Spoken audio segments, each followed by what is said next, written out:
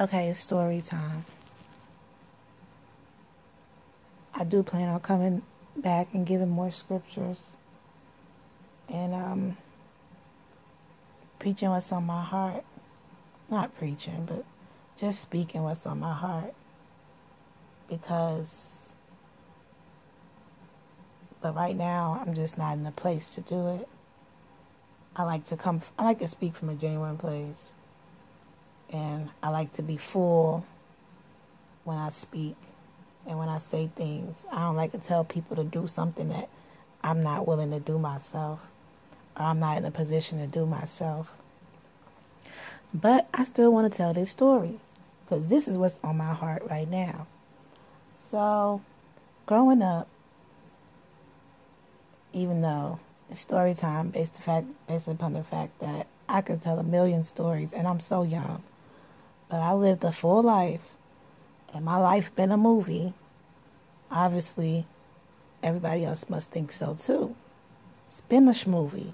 No, I'm just kidding. So anyway, when I was younger growing up, we lived in Alabama in the projects. We had moved from New York. We moved to the projects in Alabama. And this was back when everybody was alive. And it was all 6 of us. And it was the Brady Bunch. And life was good. And my brother came home. And he always had a story. God rest his soul. My brother, whoa, what a guy. So he would always come home telling these crazy stories about what happened and what he did. And me and my sister would just sit on the edge of our bed waiting for him to come tell us this juicy story or whatever. So one day he told us he seen a big old bird on the roof. Big old bird. And he was telling us like this bird was massive. He was like, the bird almost blocked out the sun. He was like, and it was standing on the roof across the street from the house. And he's like, I'm just on the porch looking and I see this bird. But see, my brother was a jokester. He was always telling jokes.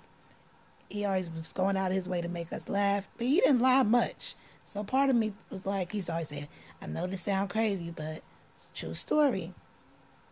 So I just was like, okay. He's seen a big old bird. He might have seen a hawk. You know, we in Georgia. He might have seen an eagle. Cool. So years passed by. And I believe my brother might have still been living. Or I think he had just passed away.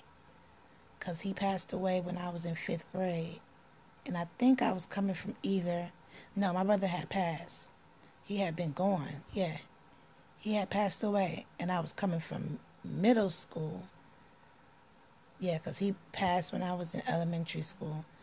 And I might have been coming from middle school. So me and my friends is walking down the street, making our way downtown, walking fast, faces past. No, I'm just kidding. So we going down, walking home from school, and, you know, if you live in the South, as a child, you know, there was a lot of cuts and shortcuts and paths and stuff like that. So we about to make our way through one of these paths, and out of nowhere, all we hear is whoosh. And I'm like, what the world? And the sun is out. It's a nice day. It's the South. It's beautiful. It's middle of fall, but it's a beautiful day. All I hear was whoosh. And I seen the sun, like something block out the sun. And I was like, what? Everybody hit the ground. I hit the ground. My friends hit the ground instantly. We didn't have to tell each other nothing. We just heard that whoosh, and we seen the sun get blocked out. Everybody was on their face on the ground.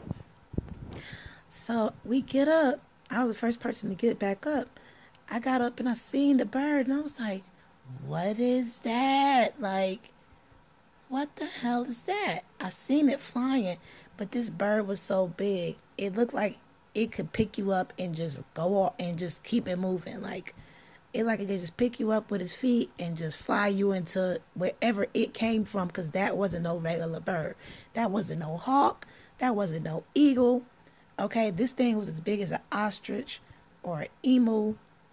And I don't think ostriches fly, and I don't think emus fly. So I'm like, what in the pterodactyl, predatory dinosaur land before times was that? Okay, like I have no clue what that bird was. So, okay, we try to tell people about it. People like, oh, y'all tripping, y'all crazy. Everybody think we lying and we just telling the story. Like, you know, kids joke, they lie, they they'll do anything to get a good laugh out of you, you know. So after that, they left it alone, and I was still talking about it. Like days later, I'm like trying to tell the children at school, because we had walked home from school when that happened. We had just left school, so I went to school talking about it. I'm like, no, something wasn't right. That wasn't no average everyday bird. Okay, that was a predator. What was that? Okay, like, and where it go? So one day, I'm coming from my friend's house. This is like a weekend day. And I'm coming from my friend's house walking because, you know, I was a child. So we used to walk everywhere. You used to walk to your friend's house no matter how far it was, and you would walk back home. So I went to go see my friend, and I'm walking through one of the little pathways, the cuts, shortcuts. I didn't want to walk the long way, so I'm cutting through a little, you know, shortcut or whatever. And as I'm walking through a shortcut, in order for you to get from where I was at to my house, you had to pass through this big grassy field. So, as I'm about to get ready to walk through the big grassy field, first of all, I didn't like walking through the big grassy field anyway, because people would always tell these scary, spooky stories about what was in the big grassy field. And they had this shed back there. It was real scary and spooky. The shed just looked abandoned and crazy. But, you know, I wasn't afraid of that. You know, I was a little spooked by it. But I used to just run through the field, honestly, just so I can get home, because I didn't want to have to go the long way. And as I'm about to get ready to cut through the field, guess who I see? I see this big old pterodactyl bird. And I'm like, yo, I thought this bird went back to Africa where it came from. Like, when I tell you this bird was tall, it was like at least up to a grown person's hip. And it was just sitting there. And it was just sitting there. And it was big as, I don't even know. It was taller than a toddler. It was taller than a goose. It was taller than a vulture. Still to this day, I'll be trying to Google and see if I can find pictures of the bird that I've seen. And I've seen like emus and ostriches. And I'm like, no, but that ain't it. That's not the bird. This bird looked like it might have been from Land Before Times. Okay? And it was just sitting there looking at me, like it might have been like just spreading its wings. When it spread its wings is as long as at least a 10-year-old's arm. Okay, it was like just sitting there, just squatted down on the ground. And I got a chance to get a real good look at it, because I never really sat there and seen it. I seen it in the sky, but I was like, well, it's just as big on the ground as it is in the sky. And as I was coming, I was about to wait, I was like, dang, should I said, I can't pass this bird. I can't pass by this bird. I'm not passing by this bird.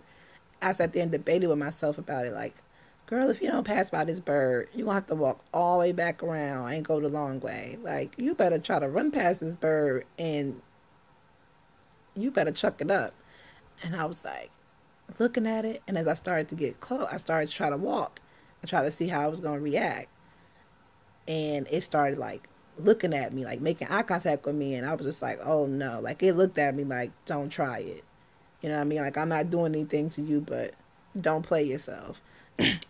So I was like, you know what? I'm going to go the long way. I turned back around and went back the way I came. And then I came and I told my sister, like, dang, I had told my sister that I seen the bird with my friends. And she was like, girl, that might have been the bird that Tony seen. Remember Tony told her she seen that bird when we was younger? And I was like, yeah, you're right. Whatever. That might have been it. So fast forward years later, time goes by. And it's funny because it seemed like the bird kept coming back to me for whatever reason. Like, it just kept coming back to me for whatever reason. And fast forward, years go by. Me and my sister and my daughter and my mother actually ended up going somewhere to handle some business. So my mother in there taking forever. Me and my sister and my daughter was like, you know what, let's go outside, because sitting up in here, like, we're over this. So we go outside. We out there making fun, being silly or whatever, at my sister's car. So we turn to the left, and there you go again. Like, the sun was out, and then it's like the sun is blocked out. Like, you don't see it no more. And we turn over to see what happened. We turn to our right. And guess who we see perched on the building across the street, sitting there looking like Batman or freaking, I don't even know what it looked like. And I'm like, that it's that bird. It's that bird. I don't know if you watch Martin or not, but a lot of people not gonna understand this because everybody don't watch Martin. But you know how on Martin that thing, fuzzy teddy bear thing, just kept reoccurring in every episode. And then they'll beat the stuffing out of the little teddy bear thing. And then you'll be like, what is that? Little raccoon, half possum, half, what is that? Beady eyed little thing. And then this bird was just, would not leave me or my family alone. Like, where are you coming from? And then it sat there and it just looked at us. And people was out there. Like, it didn't, like, it'll show itself. And a man was out there. Then he had the nerve to fly. We started running towards the lake. He had the nerve to start flying in the sky and then came and landed on the lake. When everybody outside just hit the ground, like whoosh. I was like, oh, everybody outside. There was a man out there. It was an old white guy. It was an old black man. And everybody just ducked and was like, what in the world? Everybody had the same reaction. When you see this bird, your reaction is going to be to hit the ground. That's going to be your first reaction because he looked like he can pick you up and take you back to Never Never Land, wherever it was that he came from. Then, when he hit the lake, guess what? There was like, it was such a beautiful scene. It was a lake back there. There was like all kinds of animals and critters back there. And the ducks were just just swimming with their children. And they had like a little team full of ducks back there. And then there's birds perched and drinking. And then it's like, oh, this beautiful little scenery back there. When this bird hit the water, guess what all the animals in the pond did? Quack, quack, quack, quack, quack. They started running. Then when I tell you these birds hit that shore so fast, I mean, they didn't know what this bird was. Like, they didn't even recognize it as anything they recognized. Okay, so it was kind of like, what is this bird? So me and my sisters then ran from the lake back towards the car, got in the car, locked the door, was like, what is this? Why is it keep coming around? And yeah, it's like every time I'm down here, I see that daggone bird. Then we started asking the old white guy and the old black man, like, y'all seen that bird? And they was like, yeah. We was like, is it lost? Like, where does it come from? Like, what kind of bird is that? And they were saying, oh yeah, they got those in Kentucky, those big birds and things like that. And I don't know. They said it might have been lost. You know, sometimes birds get lost, it might get stranded. But I'm like, it's not winter time. I never seen it in the winter time. Every time we seen it, it was warm weather. And it's like birds usually travel in the winter. You know, they go south for the winter. If they from a colder place, they'll fly to a warmer climate. And I'm like, we're not in the Amazon. We're not in the Caribbean. You know, where did this bird come from? And I've tried Googling it. I've tried researching it. Every time I've seen them, I'm like, birds of prey, vultures, you know, prehistoric birds. That bird, like, it might have been from Africa. And whenever I try to describe the bird, the only thing that come up is like emus and ostriches. And I'm like, but that's not it. That's not the bird I seen. And on top of that, I'm like, the emus don't fly. I don't believe so. Ostriches don't fly. I don't believe so. I don't know. I mean, if you guys have an idea, let me know. But it's just this bird, seeing this bird has always been like a reoccurring theme in my life. It's like a bad joke or something. And I don't know why I want to tell that story. Some people might be like, okay, you're saying that to say what?